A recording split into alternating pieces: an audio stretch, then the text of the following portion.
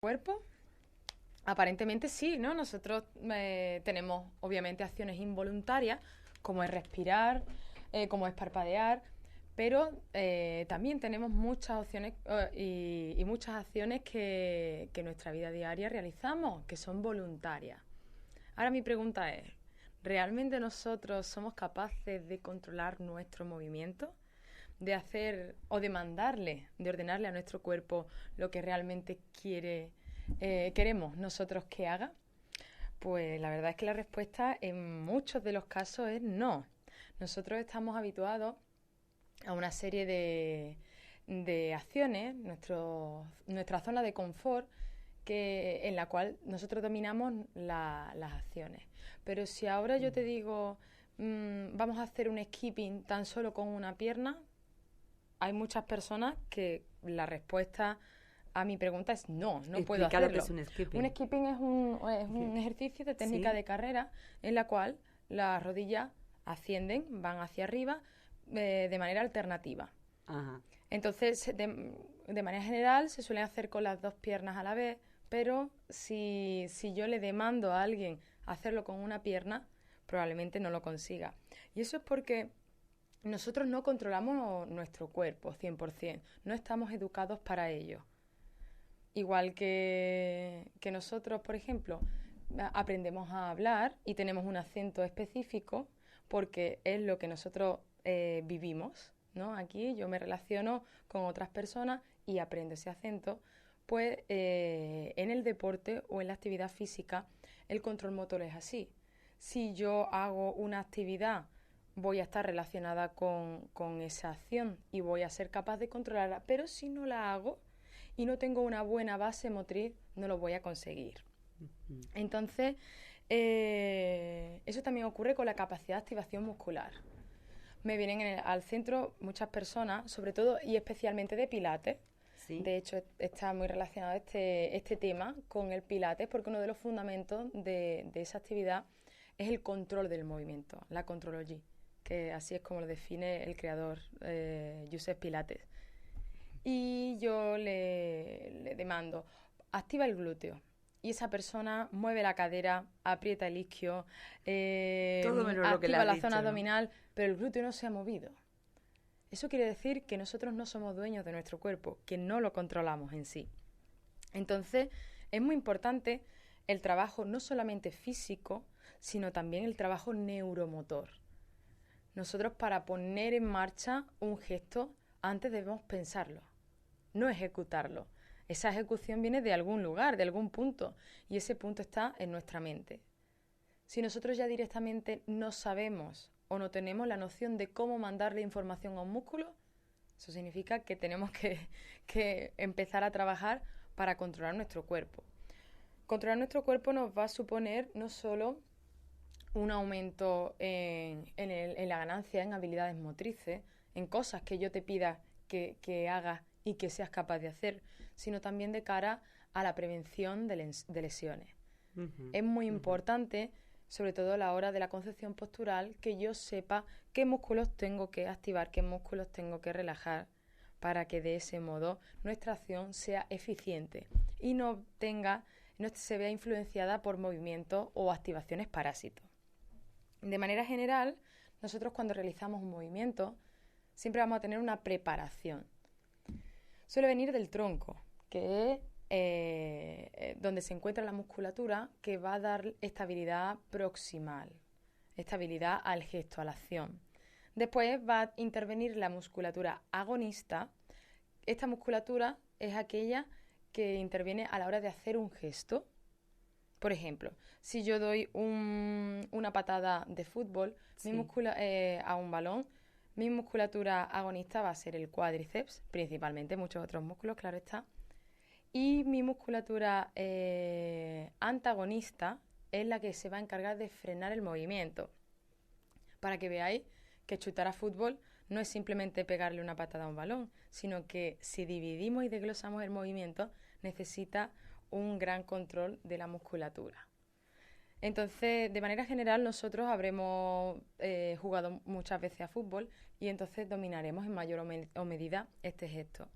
Pero a la hora de la coordinación por ejemplo, oculomanual o intramuscular, vamos a dejar relajada la pierna izquierda, como comentaba antes con el skipping, y vamos a trabajar solamente con pierna derecha. Es un poema, vea, la gente hace este ejercicio. Sobre todo por eso, porque no tiene un dominio real de su cuerpo, es solo aparente. ¿Cómo podemos conseguir nosotros dominar nuestro cuerpo? Obviamente, entrenando físicamente. Si yo hago una acción y entreno mi musculatura, pues voy a conseguir activación. Ya de primera hora, mandar información, que es el primer canal que nosotros tenemos a la hora de realizar una sentadilla, un lunge, como los que veíamos en el reto de la semana anterior, o un salto. Lo más importante de todo es de dónde viene ese gesto. Ese gesto va a venir de la información previa que yo he enviado desde mi cerebro. Entonces, entrenando, voy a conseguir esa activación, voy a conseguir un aumento de la fuerza, obviamente, un aumento de la resistencia y un aumento de la amplitud de movimiento. Este último, sobre todo, es muy importante y lo dejamos muy de lado porque nos va a ayudar a prevenir lesiones. Si mi rango de movimiento es amplio, mi musculatura va a poder trabajar más cómoda en mayores angulaciones. Ya. Y por tanto voy a ayudar a prevenir ese gesto. Con el Pilates lo que vamos a conseguir es potenciar este control del movimiento. Son situaciones estándar, controladas, y entonces podemos comenzar pensando en qué músculo quiero activar yo. Segundo, voy a poder activarlo y por tanto vamos a trabajar la fuerza. Si yo esa fuerza la mantengo durante un tiempo determinado, estaré trabajando la resistencia. Y si yo ese músculo lo estiro, voy a estar propiciando un aumento de la amplitud de movimiento. También es importante los tipos de contracción que se den en el músculo. No solamente existen 3 tipos, a grandes rasgos. La activación isométrica, que es cuando un músculo está activado, pero sin cambiar la longitud.